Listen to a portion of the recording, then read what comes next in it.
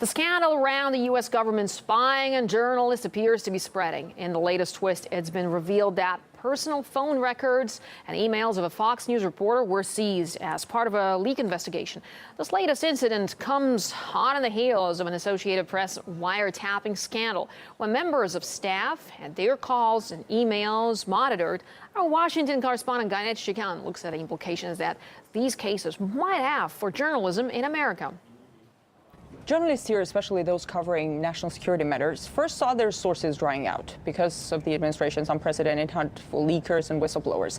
As if that wasn't enough of a blow to investigative journalism, now journalists see that they themselves could be targeted as criminals for soliciting information from government officials.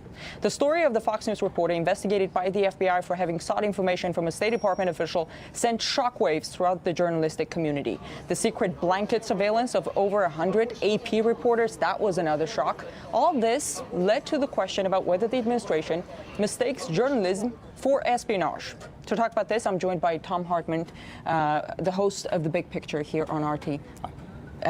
Tom, the State Department official who apparently leaked classified information to the Fox News reporter, he was charged under the Espionage Act.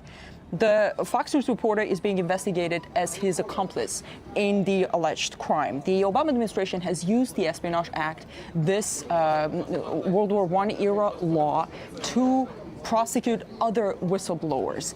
If these people are being prosecuted as spies, who is the enemy that they're spying for?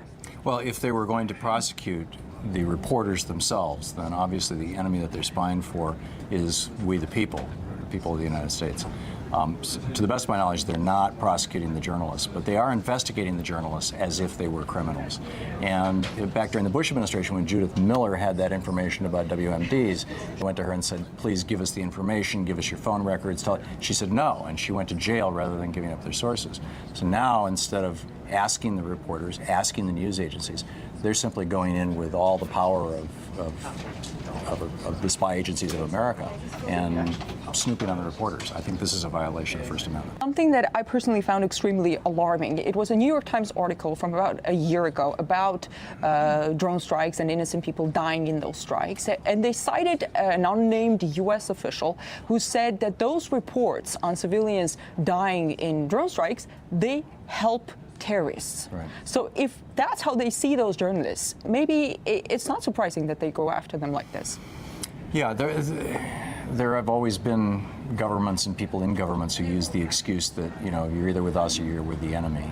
And, they don't understand that there's what's in the interest of the country, and it may not be the best interest of the administration. I mean, this was the argument that was made about people who were trying to out Lyndon Johnson with the Gulf of Tonkin. And, we've over and over and over again, we've heard this argument, and it just doesn't fly. Thank you very much. So, spies, terrorist helpers, journalists can be accused of all kinds of things. I guess a responsible journalist, in the eye of the administration, would be the one who diligently copy-pastes only what the government decides to put out there on its websites and in press releases. And that would be a sad day for our profession. In Washington, I'm Ganesh Chikan. Well, earlier, I also spoke to RT News editor Ivor Crotty, who explained why there's a fear the U.S. government's war on whistleblowers might go much further.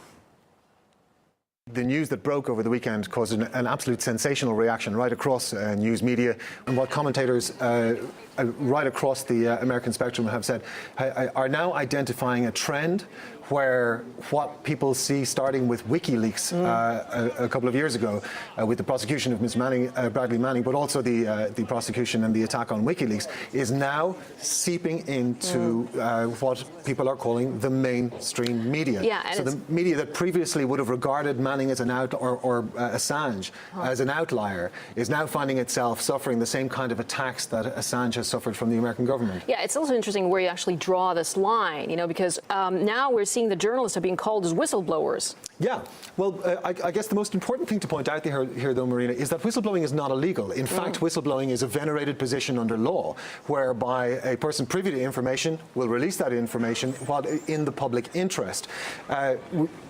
the most notorious whistleblowing case of recent years is the WikiLeaks case, and Julian Assange is seen as a whistleblower, whereas in fact, I think we for the purpose of this discussion, we should probably regard him as a publisher of information, as a journalist in that sense, and that Bradley Manning is the whistleblower in the case. Now, they also want to charge Assange with the same charge that they're trying to put on Mr. Rosen at the moment, which is that a reporter, in going about their job, in fulfilling their job description, in going about their daily beat, solicits information from individuals. These individuals, for a national security reporter, happen to be working for the state, and that this approach to these individuals is being regarded under this 1917 Espionage Act as co-conspiracy to aid and abet espionage.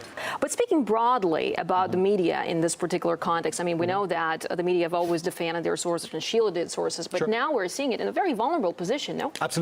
But interestingly enough, coming from the New Yorker, is that they've introduced a digitally encrypted environment. They're taking steps to protect their sources. It's called Strongbox. The code itself was developed by digital First Amendment activist, or co-developed by Aaron Swartz, the late Aaron Swartz.